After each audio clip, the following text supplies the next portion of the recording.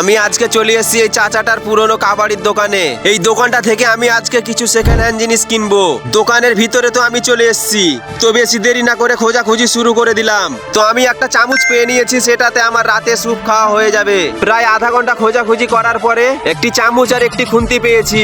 এসবগুলো তো আমার কিছুই কামের নয়, তার জন্য আমি এগুলো রেখে দিয়ে আবার খোঁজাখুঁজি শুরু করে দিলাম। খুঁজতে খুঁজতে আমি একটা এমন জিনিস পেয়ে নিলাম, সেটা অনেক দামি হতে পারে। আমি তো কিছু বুঝতে পারছি না জিনিসটা কি। তোমরা যদি কেউ জেনে থাকো এই জিনিসটার নাম কমেন্টে বলো।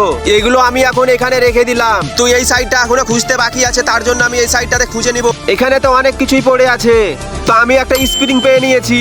স্প্রিংটা আমি পাতে বেঁধে চুরি করতে যাব আজকে রাতে। তোমরা কজন যাবে বলো? তো ভাই এইসব ছোট মোটো জিনিস দিয়ে আমার কিছু হবে না, আমাকে কিছু দামি জিনিস খোঁজার চেষ্টা করতে হবে। ভিডিওটা যদি তোমাদেরকে ভালো লাগে একটা লাইক করো, চ্যানেলটাতে নতুন হয়ে থাকলে একটা সাবস্ক্রাইব করো। তো আমি আরো একটি কাজের জিনিস পেয়ে নিয়েছি, একটি গ্যাস সিলিন্ডার। এখানটায় খুঁজতে গিয়ে যে আমার সঙ্গে এরকমটা হবে আমি ভাবতে পারিনি। আমাকে লাগছে আমি এতক্ষণে একটা সব থেকে দামি জিনিস পেয়ে নিয়েছি। তোমাদেরকে দেখাচ্ছি জিনিসটা কি পেয়েছি আমি। দেখতেই পাচ্ছ ভাই, একটা সোনার হার পেয়ে নিয়েছি। টোটালে আমি কতগুলো জিনিস নিয়ে যাচ্ছি।